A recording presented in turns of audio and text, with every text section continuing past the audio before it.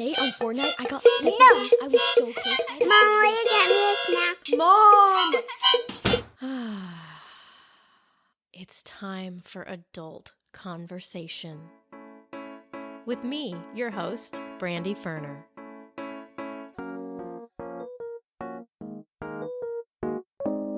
Hello, Adult Conversation podcast listeners. On today's show, I'm talking with a fellow writer whose marriage fell apart during the pandemic. As she tells me in the interview, there are lots of stats about pandemic divorce, but few personal stories because of the sensitivity of the topic. But lucky for us, my guest opens up about her story and how it went down, the agreement she had about romance and soulmates, her insecurities about being a divorcee, what's getting her through it, other people's unsolicited opinions about her choice to write through her wounds, and why cats are magic. On to the show.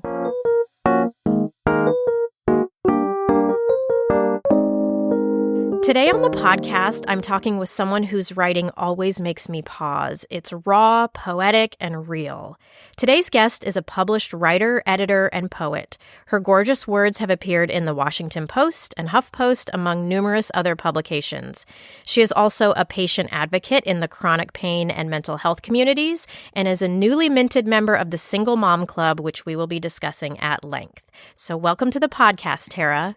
Thank you so much. Yeah, I'm so happy to have you here. And, we've never met in real life, IRL, and I can't even remember how we even connected online.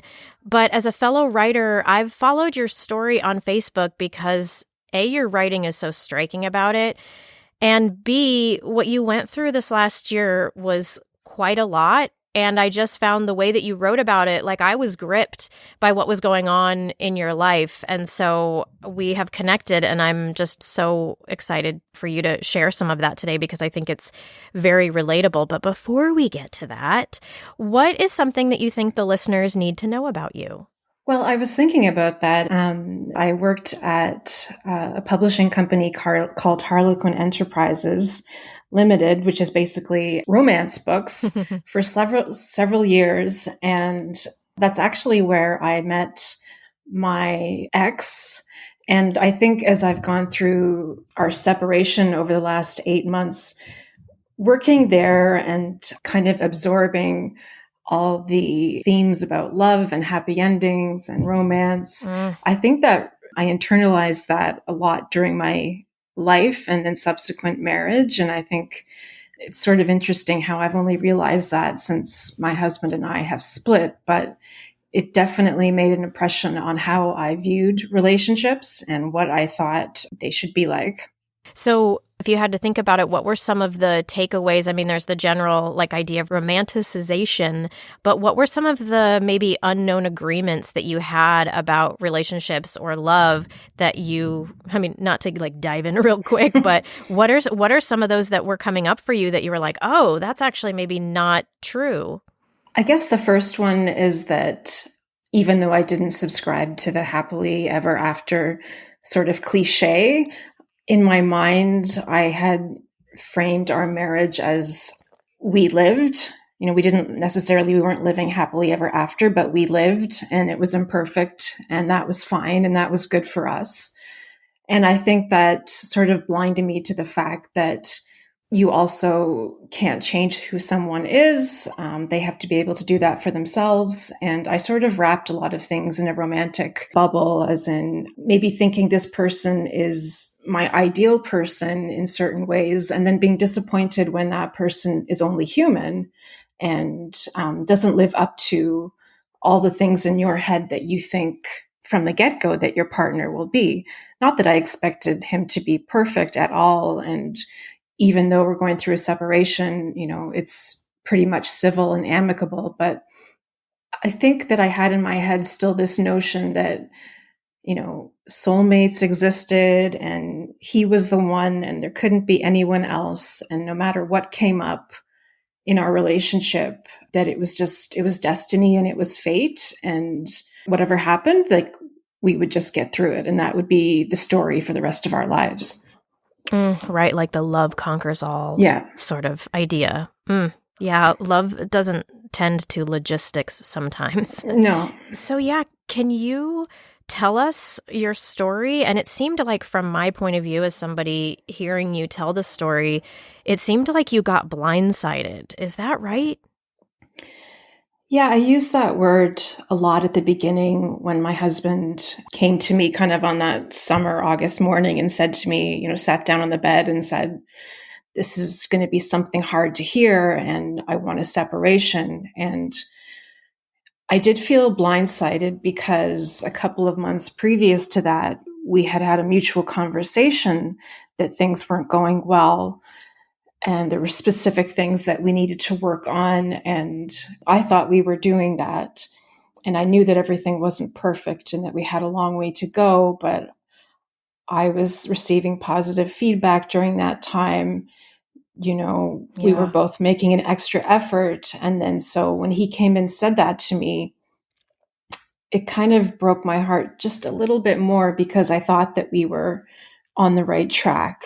And I'd say that day is probably the worst of my entire life. And when I look back on it now, it's a blur of, me standing in the driveway with my pajamas and then trying to get a hold of my family and not being able to see my daughter that day. The whole thing was just a mess. And I'm sure anyone who's gone through it will know that it's just a surreal feeling. And then what kind of made everything more surreal was the fact that this was happening during a pandemic.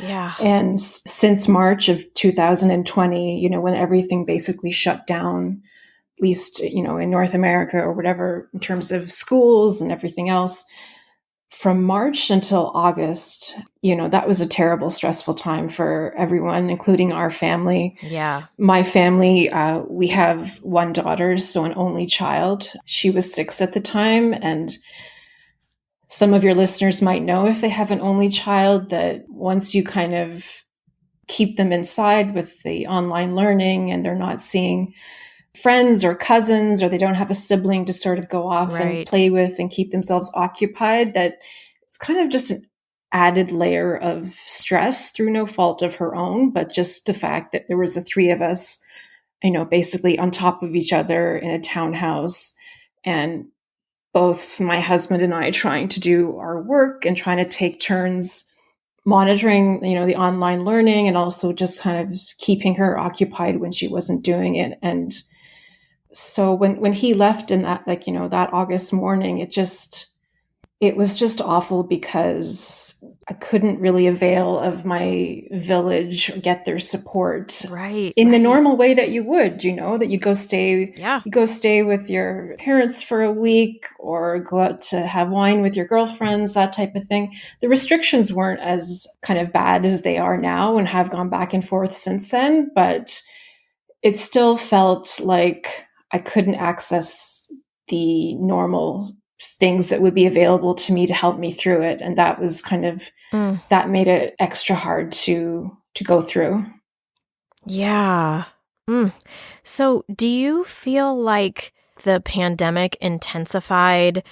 Maybe this isn't a great question because you don't want to speak for him, but I guess the question is, if there weren't a pandemic, do you think he would have wanted to separate? Was that something that the pandemic brought clarity for? Do you think that was something that he sort of cracked and this is what came out of it?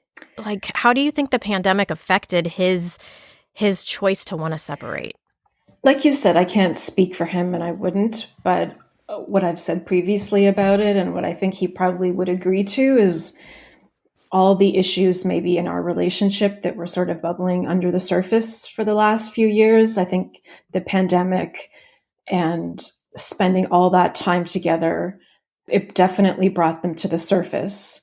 And what I will say is the marriage may have ended or fallen apart as time went on, but I do believe the pandemic, if my marriage was hanging over a cliff, it pushed it over. Yeah. It pushed it over the edge, definitely. Yeah. And I don't know if he would necessarily agree with that. He would have his own take on challenges or timing, but for me, 100%, I felt like it was a driving force, and that's also why I resent it. I don't blame the pandemic 100% for, my marriage falling apart, because it's, if the solid foundation was there, then it would have gone through a rough patch. Like I'm sure obviously a lot of marriages did, but there Right. were a lot of them that weren't coming out of it, that weren't making it. And at the time when it happened to me, all I heard about that was that, in China, they were, lengthening the period where you had to go through a certain time period before you could even file for separation or divorce. They were Oh, extending it by 30 days, and there was talk, were they going to do that in other countries? And there's so many articles about statistics and all of these things that people were going through. And yet I wasn't hearing anything from actual people who were going through this situation that I was. It was just all of this non-personal stuff. And I was approached by a friend of a friend who worked at a national news station, and she was working on this story about separation during the time of COVID.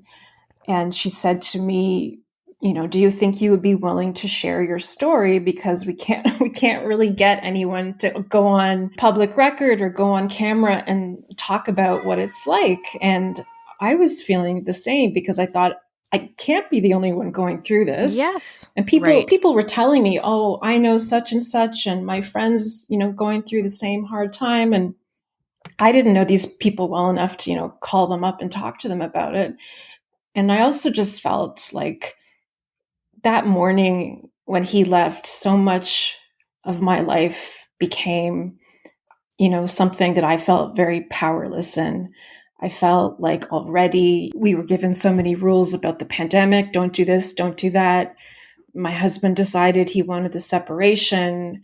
It just left me feeling that I didn't have any agency left in my life. And I felt there were these other Yeah. people out there, like I said, women going through the same thing. And on top of that stereotype of feeling shamed for going through a divorce or being separated, I felt now there was this extra shame layered on top of, yeah, you're going through a separation or divorce, but now it's during COVID, and your marriage must have been like really terrible for it just to kind of go by the wayside now. And I thought, nobody's talking to these women. I am one of those women, and I need to get my voice back and just own my own story, to feel like I'm just not letting this happen to me, that I can tell my own story and shape my own narrative about it. And that will help me not only accept it, but get through it. Oh, gosh. Yes. And I would imagine that women going through it, because there's the COVID layer to it, it's like you're saying, it has this whole other thing where, like, how do you make sense and meaning, like making sense and meaning of a divorce or a separation, I would imagine is already hard, and there's so much to unpack and so many agreements and changes and things. But then in the pandemic, I would imagine there's question of like, well, is this a quote unquote normal separation? Is this just a pandemic one? Where did the two cross over? So I would imagine that some of the women that were in your shoes were having a hard time even articulating about it, even like I am here, because there's a whole other layer on top of it. There's like, you're in this other pressure cooker. And so it's like, well, how does that relate to other people I know who've gotten a divorce or been separated? That wasn't in a pandemic. So it's almost like it's like you're part of that crew or you're going through that, but it's got this whole other different feel to it.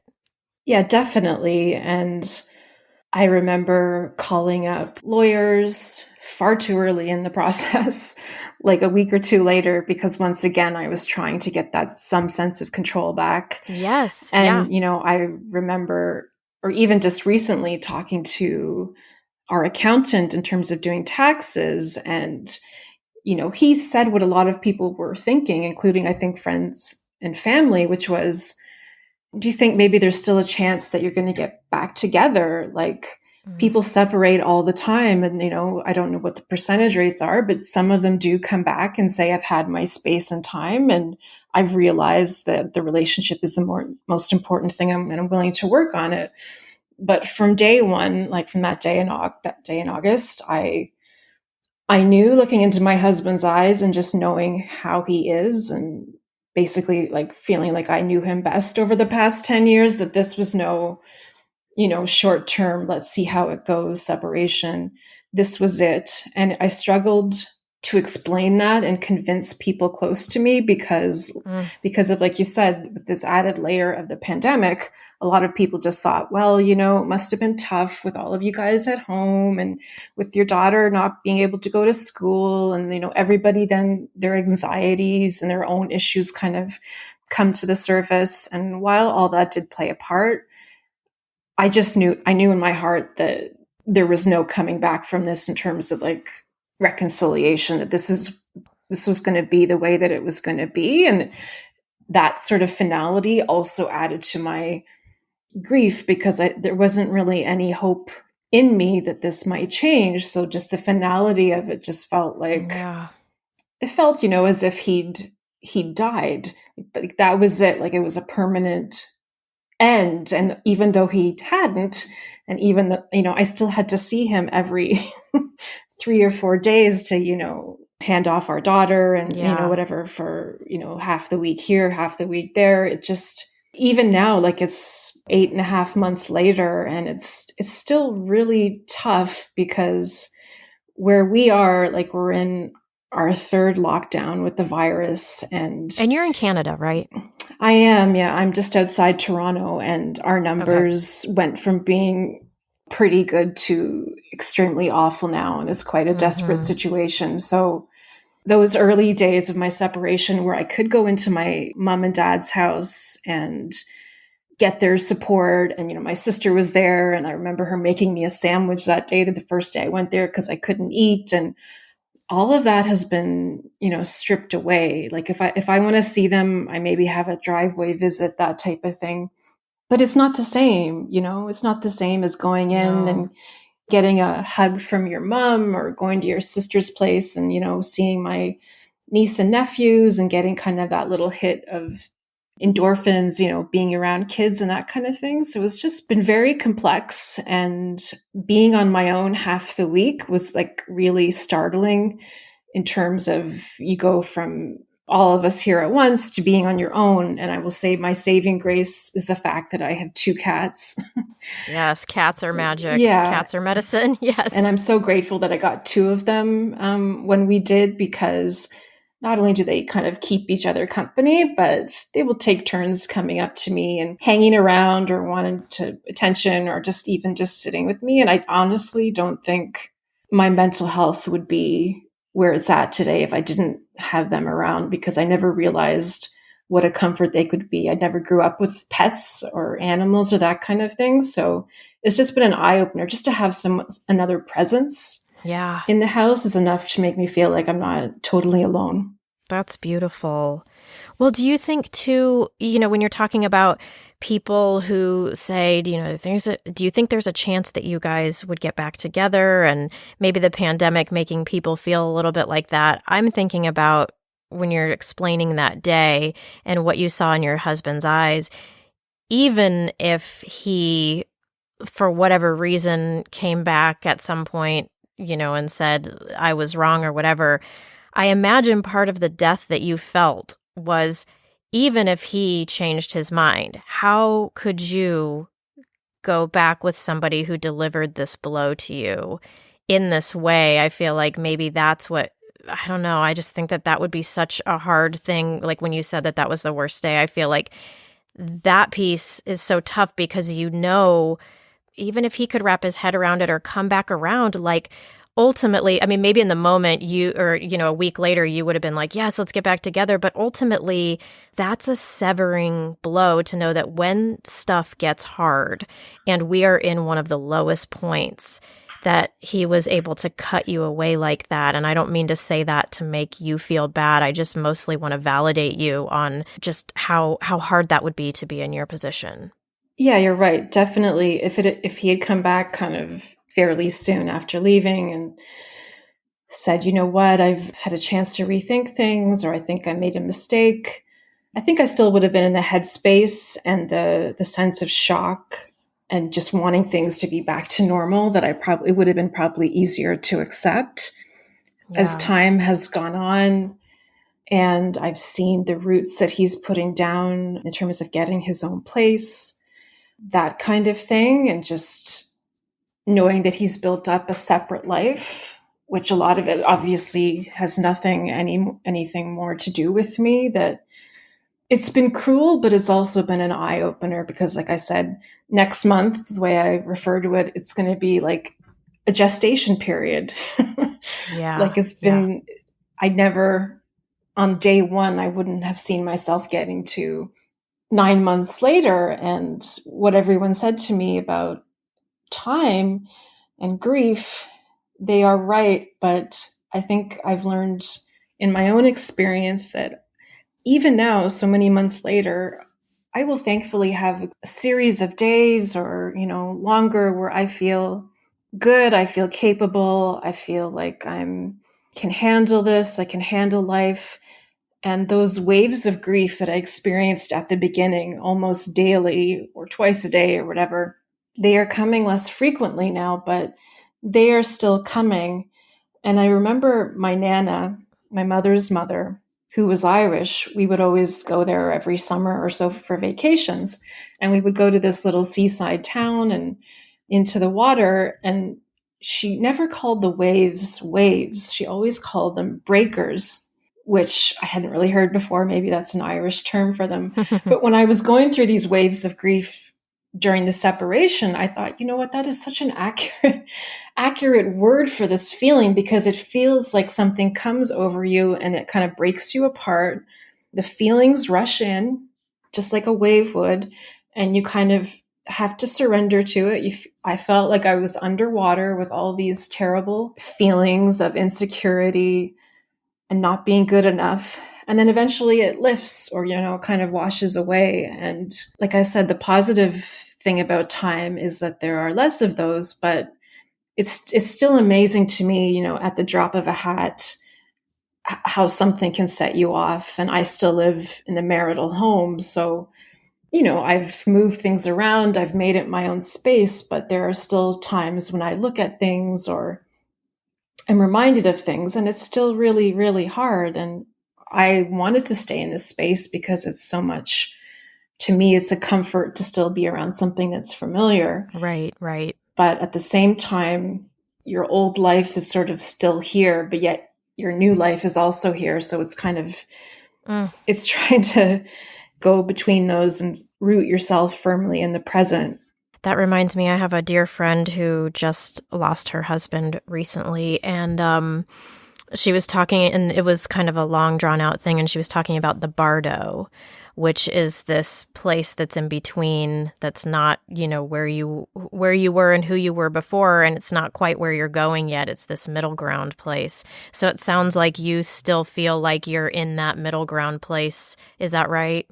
Yes, it's like a sense of being in limbo, or what I've learned is like a luminal space. And I grew up raised Catholic, so it's kind of also the way I envision it as this purgatory.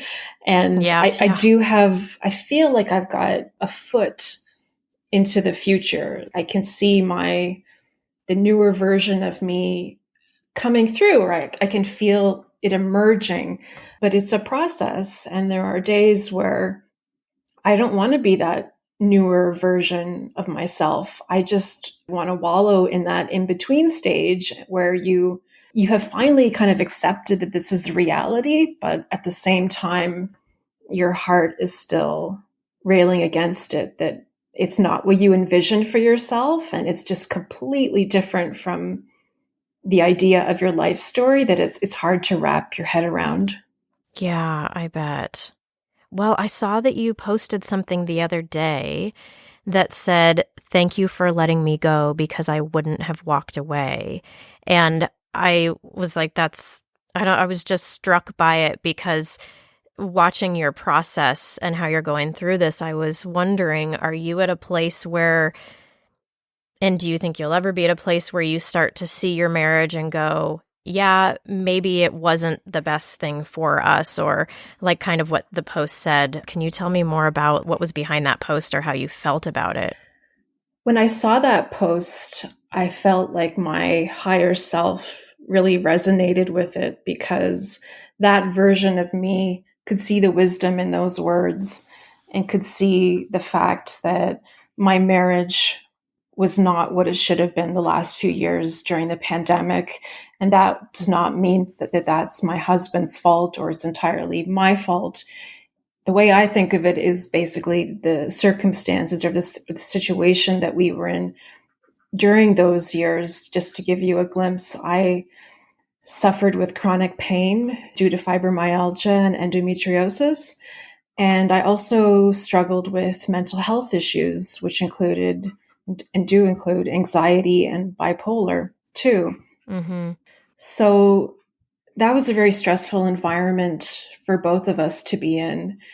When you're in pain, obviously, whether physically or mentally, you're not at your best self. You're not able to contribute and participate. And I wasn't able to be the mother and wife that I wanted to be. And that's sort of a vicious cycle. Yeah. You start feeling that, and then, you know that you can't do everything and you need to rest, but you feel defensive. And then on the other side, having to be a caretaker and go from a role of being an equal partner to having to take on a lot more household duties and parenting, that can build up resentment, and you can run into a form of PTSD, which I didn't even know existed, called compassion fatigue. So when you get a relationship that's turned from something a bit more equal and still, maintaining that air of romance and spending time together and wanting to spend time together, to a situation where one person is in pain and the other person is frustrated because they can't help that pain and there's more pressure on them to keep everything going. I can see why the marriage went downhill, and neither of us were being our best selves, and we both had our moments where things became too much. And it's only being out of the marriage and as time goes on that you start to reflect back and sort of shove aside this natural self-blame that sets in from day one, that, oh my gosh, it was all my fault. If I hadn't been sick, if I hadn't had mental health issues, then we wouldn't be here. This wouldn't have happened. Right. I should have tried harder. I should have, not rested so much. I should have made more of an effort to do things with my daughter, even though I was feeling up to it. And there's a part of that that's valid. And I've learned to own that and say, yes, there are times that I didn't do my best. And maybe I did take advantage of things or took my husband for granted. Definitely that was part of it, but it wasn't all of it. And it's taken a long time to see that there is another side. Yeah. And I've grown up my whole life very insecure, thinking I wasn't extroverted enough, thinking I wasn't attractive enough, just feeling sort of less. So when this happened, it kind of confirmed all of my worst fears. Like, you are so bad as a person and as a wife that somebody actually had to leave you because you were that bad. And I clung on to that idea for a long time, which didn't help. And so when I saw that quote that you mentioned, I feel like I'd had enough time from the initial implosion of the marriage to say, you know what? There were things about that relationship where you didn't feel good about, and it wasn't really serving you. And in some ways, it was making you feel sort of even less, about your self-worth. So maybe that, as I look back at it, maybe it wasn't such a bad thing that it happened. I mean, it's terrible to go through, especially during a pandemic, and I wouldn't wish it on anyone at all. But I've had so many people like yourself that I know online, and such a supportive community, and so many women who have gone through this, usually quite a long time ago, and they're on the other side, and they've seen that happiness can exist beyond that one relationship, and their confidence can come back. So when I posted that, I just thought, you know what? You probably would not have walked away, even though you were feeling not as loved and cherished as you thought you could, or maybe that you deserved to be. You would have stayed in that situation and sort of just went along with it, put up with it, because you have that deep insecurity that maybe nobody else would want you.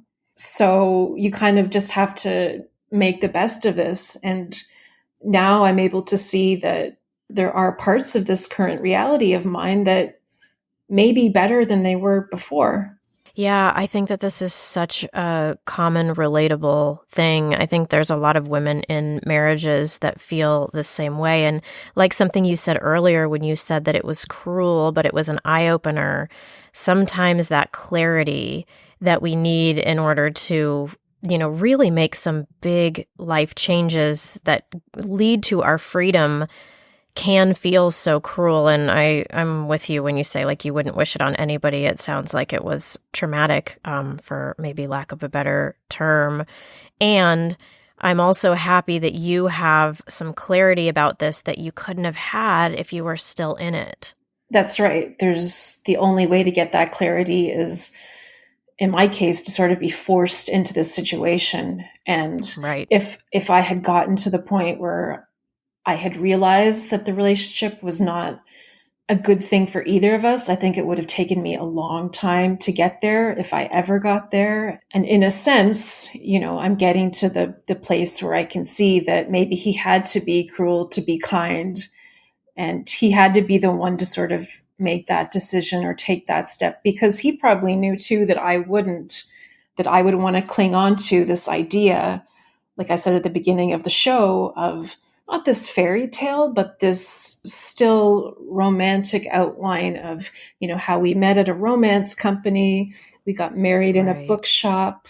All of these things were magical things to me. And I built this narrative around it, and thought that this was going to be the way it always was, and then sort of conveniently ignored that things were going in the wrong direction, and that happily ever after was very elusive at that point. The thing that you said that just totally stopped me was this idea that maybe he had to be cruel to be kind. What a perspective. And maybe, I'm sure there's moments where you're like, yeah, fuck him. But sometimes that's a really interesting way to think about maybe what his good intention was, or his positive intention behind it is, maybe in some way he did you a favor, even though on the outside it feels like he didn't. That's a really pretty astute thing for you to be able to say. But you're right. You kind of, in my case, I vacillate between that and still that, that anger or that sadness. Yeah. It's not so much the anger anymore. I think that's pretty more of an emotion that I went through, or most women go through at the beginning of the process. But then as you go on, you start to maybe consider things from the other side and his point of view. And he is a completely decent, loving, caring man and the most wonderful father to our daughter.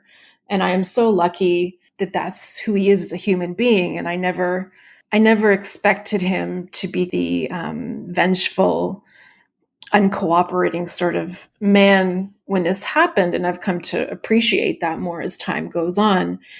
And I remember that he did say at the time and since then that, yes, he needed to do this for himself, to feel happier for his own mental health in his life. But he also mentioned the fact that he thought I would be happier, that things would improve in terms of my own self-confidence or my own feelings of self-worth if maybe we went our separate ways. Like there was a recognition there that we both weren't treating each other the best that we could, and that if we let this fester and go on for who knows how long, and I often think now about what would happen, we're still going through the pandemic. Yeah. There's no end of it kind of being gone, especially here in Canada. Like a lot of people are not vaccinated. We would still be in this situation of being on top of each other. Then there'd be a respite, my daughter going back to school, then they cancel the school.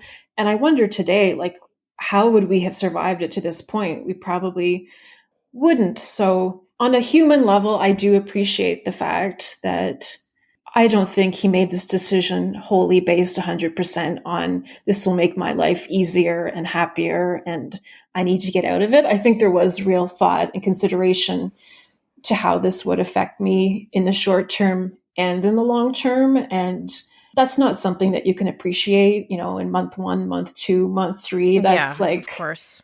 even now while I'm talking to you, I'm saying that, but tonight I could have Yeah. a moment where I'm watching something or I'm reading something, or I look at the calendar and I see our wedding anniversary coming up next month, and it just brings me to my knees. So Yeah. it's trying to just balance those two emotional states where part of you is like, starting to see, like what your life could be like and find the positives of the situation, but also still having one foot in the past and being like, this is not what it should have been. This wasn't supposed to happen. And I feel like so many people go through that no matter what kind of Yes. trauma they have in their life. They just cannot wrap their head around that this was completely not what they envisioned their life to be. And for me, especially with family and friends, it's been, trying to really battle these feelings of shame and stigma and Yes.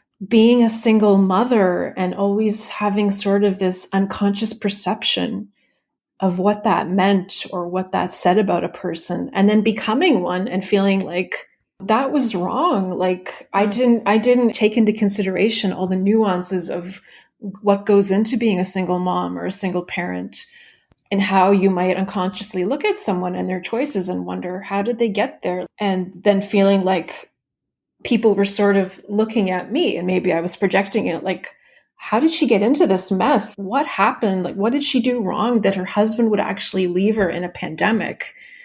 And I'm still Right. battling with that sense of being judged, even if no one is doing it overtly or even thinks that way. I'm doing it to myself. To yourself. So that's something that I have to work on. And I've written a lot of articles in the past, I guess, 8 months or so about my first Christmas as a single mom, my first Valentine's as a single mom, my first Mother's Day as a single mom, just to try and write through these experiences and see the positives, in terms of getting closer to my daughter and making our own traditions and writing these essays. It helps me really give myself like a positive pep talk and actually see that, there are ways that we can be creative and do things together to strengthen our bond that maybe wouldn't have happened if the three of us were still here kind of walking on edge and kind Mm. of being on tiptoes around each other.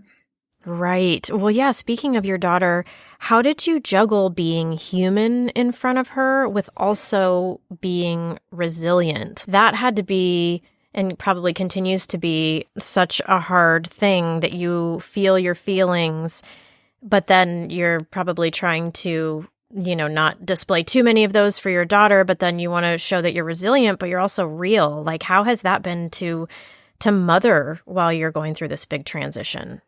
I will honestly say that it is the single hardest thing that I have to do every day that I'm with her and that she's here. And like you said, the balance between being resilient and also being real, that line is so fine. I bet. Such a narrow line, especially when you have an only child, especially when you have, in my case, a daughter that is so perceptive, so intuitive, so in touch with the emotions in the environment, and particularly how I'm feeling. We're both Scorpios. I don't know what your readers are into or not. I don't put a lot of stock in astrology and everything, but we are both very intense creatures. We're emotional creatures. Yeah. And because we are so alike, we're so in tune, like I said, with whether one of us is feeling upset or down or sad. So it has been the biggest challenge to be on for her and try to be normal and fun and think of things to do, Yeah. activities. You're like While, pulling from a well that's like dry. You're like, I yeah, just want to go cry in the corner. And sometimes, also, yeah, yeah. like, so I'll have those days where I can plan those things. And I've found that that's really helpful in our situation. I remember at the very beginning when this happened, my sister, who's been such a rock, I remember her saying after the initial few days, when you go back and you're with her, you need to have a couple of things planned to keep your mind off things, obviously, and, turn her mind towards something that's kind of distracting, because all you're going to want to do is just like, go into a corner and ball up and Yeah. just cry your eyes out. But that's not what she wants to see. She's already kind of worried about, her mom and all this changes. So that was really good advice. And I did that. And to this day, I will plan things like that. Like just recently, last weekend, I went out and bought like a bunch of things to bake or make little cakes, because she's addicted to these YouTube channels where they show you how to Yes. make these cakes. And then everything kind of Cool. goes in fast forward motion and you end up with these beautiful cakes or, whatever. And she loves to watch them. She loves me to watch them with her. And I am not domestic at all, just maybe another problem. I see these cakes and I just panic. And yet I know it would be something that she would like to do. And the first time I went out to the grocery store, I was really like optimistic, and I don't know what I was thinking, because I bought like flour, I bought all these eggs, all these things, as if I was going to do it from scratch. And then the day she came back or whatever, I thought, what am I doing? Like, this is going to be a disaster, because I don't know how to do this. I can't really wing it. And it's going to frustrate me and her. And the whole thing is just going to backfire. So I made a split decision and I said, that's it. I went back to the grocery store and I bought these like little pieces of like sliced vanilla bread and like a little thing that looked like a little cake shape. And I thought, you know what? We're just going to get a bunch of different icings and buttercream and cheese cream and Perfect. sprinkles and chocolate chips. And we are just going to layer these little things that are already made with anything we want. And it's going to be totally decadent. And it's going to be like giving us both a sugar high, but it's going to be fun. That is so brilliant. As a mother, you have to know your strengths, and you have to keep your own mental health in mind. And if you're going to do some sort of activity like this, make sure that you can do it. Yeah. Or at least a version of it that is maybe not perfect, but it's still, the process is still fun. I feel like if I can have these things sort of lined up, at least some rough ideas in the back of my head, that she has a better chance of being happy and amused by something. And it is, like I said, the toughest thing to do. And I can be honest and say there are moments when I have, instead of just being real or just saying, mommy's having a hard day emotionally, or I'm feeling a bit sad about, situation, where I have come apart. And you feel so guilty as a mother. You think, I'm supposed to put this face on and be resilient with a capital R, and put on like my mummy armor, was something that my therapist and I used to talk a lot about. And I thought that's great. But there's going to be days of the month either that something hits you, or your hormones hit you, or something just is not going to lend itself to being a resilient kind of day. And I've struggled. Yes. I've struggled with that guilt as well, and just trying to be like, what are other mothers doing? How, are they coping better in this kind of situation? But it also has given me so much more compassion for people that have not been able to hold it together 100% in front of their kids, because that's unrealistic. And that mommy armor is heavy, and to carry it constantly, it's gonna fall, it's gonna break. It is. And that's also why I try to get a lot of what I'm feeling and thinking inside expressed through my writing, because for me, that's an outlet where I'm not getting upset in front of my daughter or, my family. I'm not sort of crying down the phone every other day. And right. I am able to know what I think about something, and also have it be a therapeutic process for me when I write these things. And that's something else that I've got pushback on, and sort of differing opinions from people. A lot of people like yourself who say, I follow your story and I appreciate it, and your honesty and all of that. And then I've had other opinions from people that are like, why didn't you just call me up if you were feeling that bad? Why did you have to write about it? Like, Well, or just, others not understanding the writer point of view of that, right. this is a form of therapy. And if I don't get it out, literally my mental health is just going to tank. Yeah, and sometimes you need the writing process. I find is sometimes I need to not talk to somebody else about it.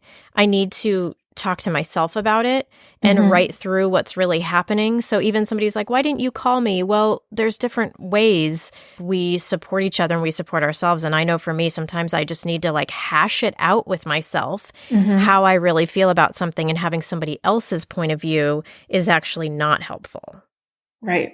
And yeah, I find for me, if I share something on Facebook, for example, there are so many other women and people, like I said, that have gone through this. Yeah, yes. And a lot of people maybe in my life haven't. And they are so kind and supportive and well intentioned. But it's not the same thing as hearing from somebody that's been there and how they got through it and past it. Yeah. And I've also had a lot of people tell me, you're going through so much right now and it's so raw and your emotions are at the surface. Why don't you wait for a while? Why don't you get some distance from this kind of mess? And then you'll have a different perspective on things and it won't be as raw. And that's actually come from a lot of writers that I know through social media. And Interesting. it's made me think, are they right? Like, should I mean, just that's be one way. Yeah, should I just It's not the way. should I write for myself only, like in a diary, in a notebook, in a Word doc, and not share it with anybody and just have it there and then, look at it in a few years and think, oh, if I want to write a memoir, I can look back on this and revise it or see that it wasn't my perspective, a few years later. But I tried to do that. I tried just posting pictures of my daughter or my cats or inspirational quotes.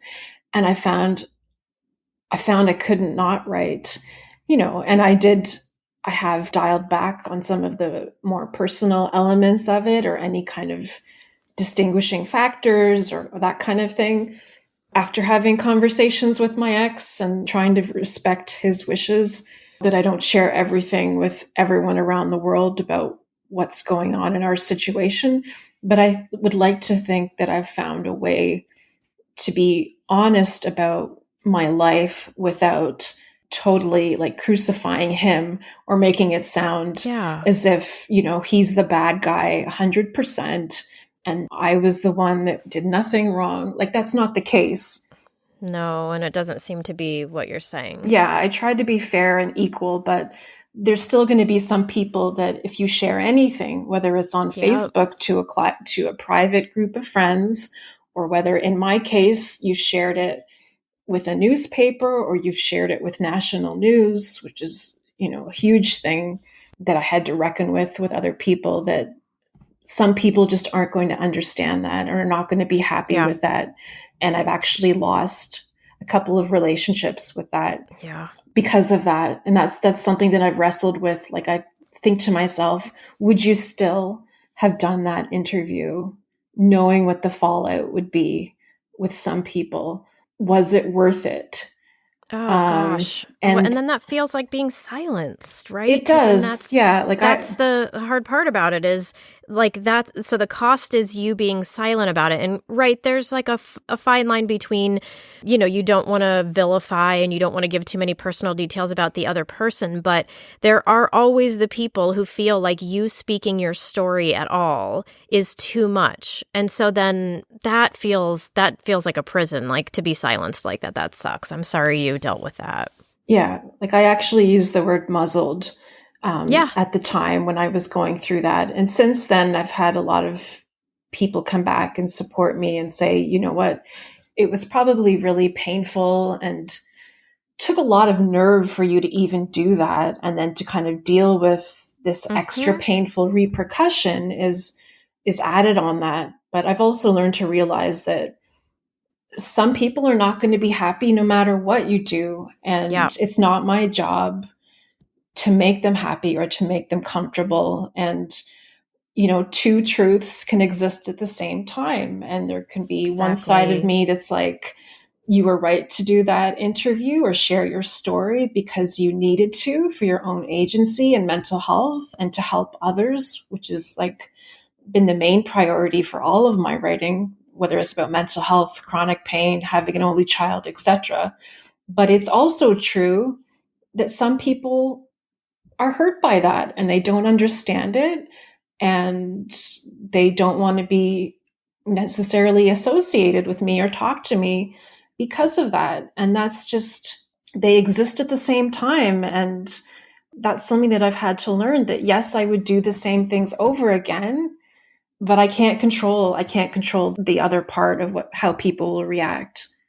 Right. And there's always going to be people. So then if you aren't talking about it, people are like, you should be talking about it. Like there's just no winning it. So you have to do what feels best to you. But I was thinking about with the writers, what strikes me as interesting that other writers have said, maybe wait some time until you have some perspective. I mean, that would be different if you were like writing a memoir and you're like going to write it fresh in this, which isn't what you're doing. But to write Facebook posts, to me, what that speaks to is this idea that only when you have it polished and you have it all thought through is it valuable or should we witness it. And what I'm loving about your posts, and I love people who write through the process of it, who write through the different phases of it, and who then maybe down the line go like, gosh, I remember I was so X, Y, or Z about this thing, and now I have a different perspective. Like if we don't show the human process of all the nuances that you go through and all the different emotional places that we land, but then we suddenly appear 2 years later and we're like, so here's the meaning I've made out of this. Like I want to see the mess because we're all living the mess every day. And if we only see the tidy at the very end of it, so that's why I'm surprised that writers would say that. But I mean, there's all different kinds of writers and what people like. But I appreciate the process because I think that's where a lot of people need to shine a light and need to be validated is on the process, not in the after the hardship happened and here's the meaning I made. So I just, again, there's going to be people who disagree with me, but I so appreciate the process. And I think somebody who really, I think, showed us this in a big way was Glennon Doyle. Because, she has these books where you're witness and love her or hate her. Like, there's definitely writers that are like, how did she get these books published? And the ones before, she's saying her marriage is so great. And then she has this book where it's not great. And now she's a lesbian. But it's a process. Like she's not supposed to write until she gets it right, which is maybe when like she's on her deathbed. So I just think she was a great example of somebody who wrote regardless. And yeah, had to come back later and be like, so that one thing I wrote, I don't feel that way anymore. And I don't know. I just feel like I wish we had more acceptance for people in the mess trying to figure it out. I agree. And like, I'm not saying that I would take these Facebook posts and, in 2 months say, I'm using all of these, I'm going to put them together, I'm going to figure out a way to make a theme out of them. And this is my memoir, because like anyone would know, I mean, people have done it. I don't know what they think about it after the fact, but I know that it's messy. I know that it's raw. Yeah. I would still like for it to be, honest and raw at the end of it, however form it takes. But there is no way that I can't write it. And that's something that I just realized. And I thought, you know what, like, do you want me to be in a mentally stable place where I'm able to get up, get out of bed, look after myself on the days where it's just me, and then be able to care for my daughter and be halfway normal and present when she's with me? Because if I have this urge and these words are in my head and they're already forming and I stifle them, I muzzle them. Yeah. That's not me. Like I have to be able to get them out and share them.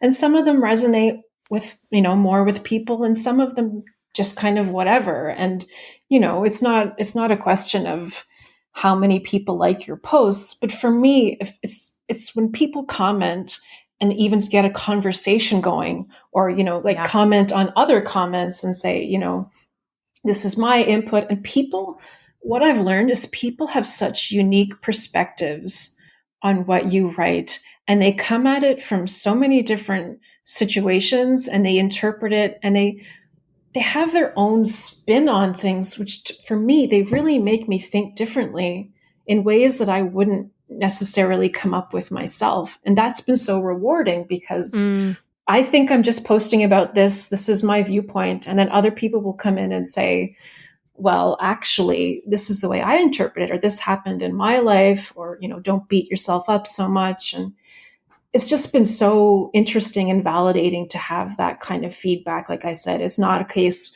where I need 300 people to like a post. It's a case of Right. Whether someone comments or sends a private message, or even in the old days when we were out and about, or you ran into someone and someone would say, oh, that thing you wrote or that essay that you wrote really helped me. And that's part of it too, why I see it as a vocation. Obviously, it's for myself to get it out and to get therapy, but it's also like doing the interview about being separated, in the background of a pandemic was I'm speaking to other people too. This is not just for me. I'm not trying to get media. It's not a revenge story or whatever. This is because other people out there are feeling the same. They're not talking about it. And it would make me feel better if somebody else was.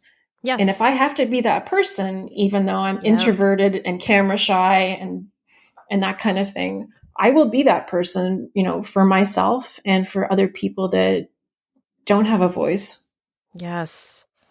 Well, kind of in closing, I'm curious for you, what surprised you most about becoming a separated single mother? Like, are there things that married moms don't understand about this? What jumped out at you, or I guess what surprised you? I guess what surprised me the most is the strength that I didn't think I really ever had inside me to deal with things on my own. And that's not to say that I don't have moments where I still feel that there are things that come along that I don't feel equipped to deal with. And it's also just being with my daughter. The situation has, I wouldn't want to say forced, but it's put me in a place where I have to be present with her. I'm the only one here. There's no tag teaming anymore. There's no more, okay, I'm done. It's your turn. You're up. And that's like a big thing that I didn't realize being in a marriage, not being a single mother, is how much I relied on those periods where I could step down, go away for an hour, read my book, get some rest, and my husband would take my daughter to a park or something and come back. And then I would feel like, okay, I've had some time. Now I can have fun with her. I feel ready to do that. That's gone, Right. So it's not that I don't ever say I need to rest if I'm in pain or, I need a break or whatever, but I've learned, I guess, to just, I want to say, just try to go with the flow and enjoy moments with her.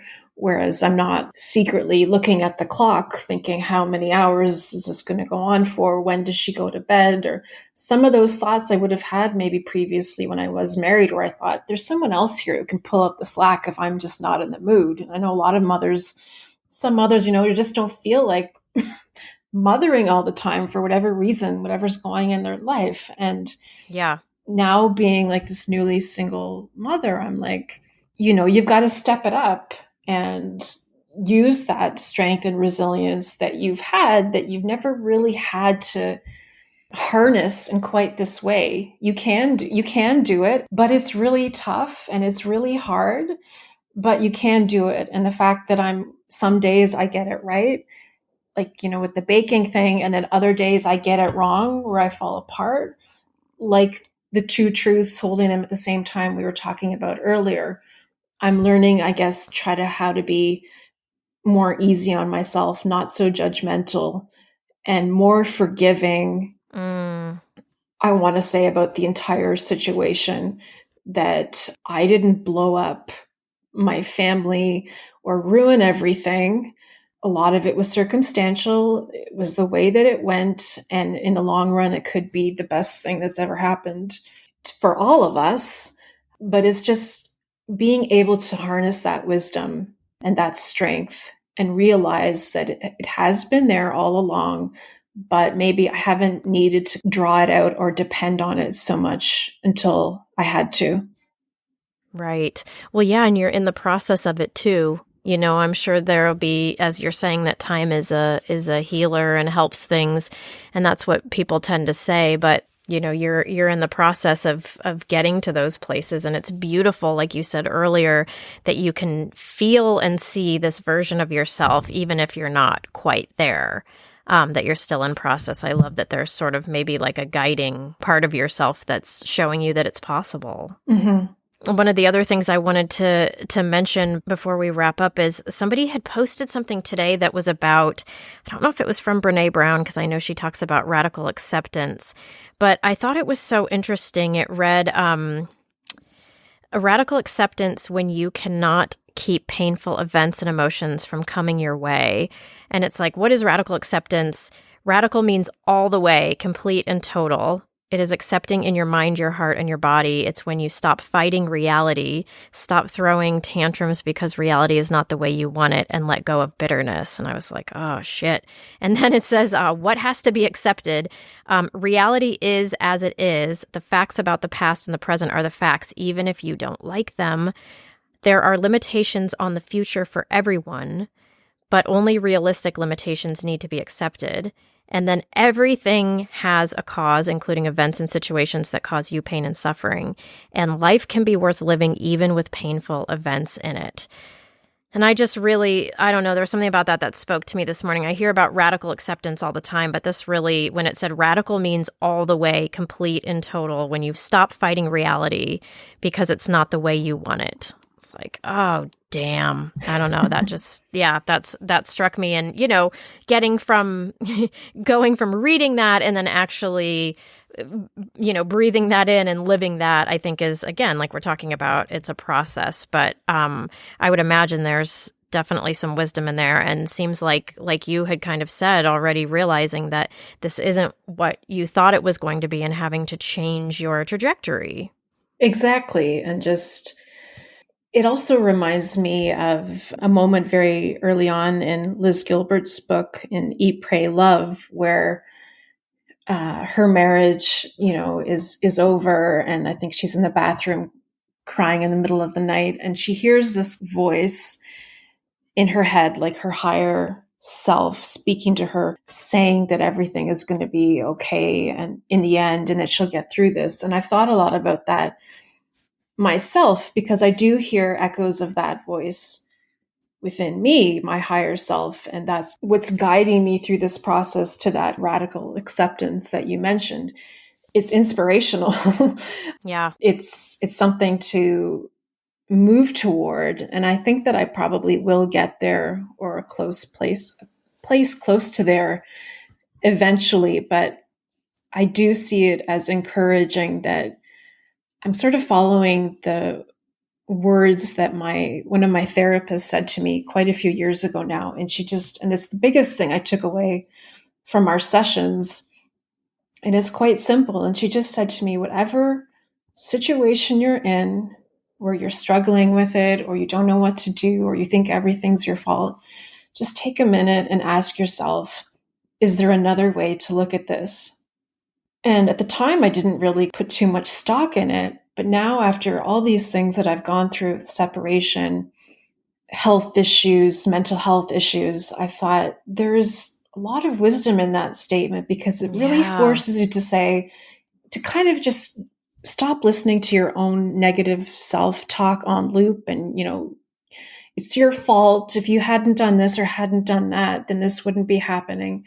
And just think, is there another perspective here to look at this situation where it's not me beating myself up all those things that I did? And I just thought that has really helped me in recent months, just to say, it takes two to tango, and relationships die not just from one person doing one thing or another. And it's just been really comforting to me just to think there's a whole other way to look at this situation that won't be so painful one day. And if I can keep practicing as much as I can, listening to that higher self, then I'm not as worried about the future as I once was, say, on that morning in August.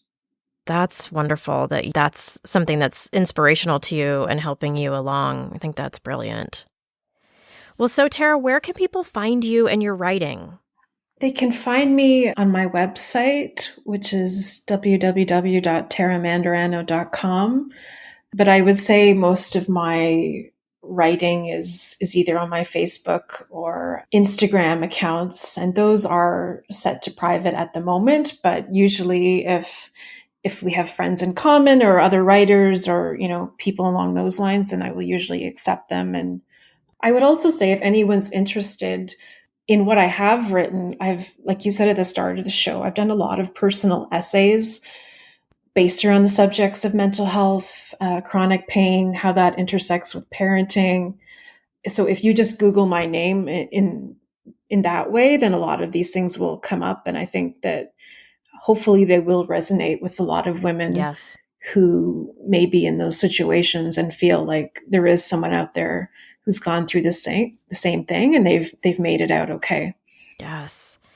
Thank you so much, Tara, for telling your story here with me today. I feel truly honored that you felt comfortable enough to do so with me. And honestly, your writing is so beautiful. I mean, there's so much in the Facebook newsfeed, and whenever I see a post from you, I usually read the first couple sentences, and you get me through the whole thing because it's just what you're talking about is interesting and gripping. And like I said, it's like witnessing somebody in process, which I am always drawn to, but then also the way you describe things and the poetic nature of how you write. I'm always sold. So, thank you. Thank you for doing that. And thank you for being just an honest voice out there. I feel like we need more women who are willing to not be silenced and to talk through the process for everybody else. So thank you.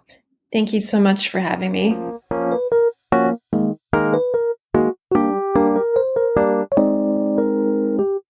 A quick plug for my book, which as an indie author, I gotta do.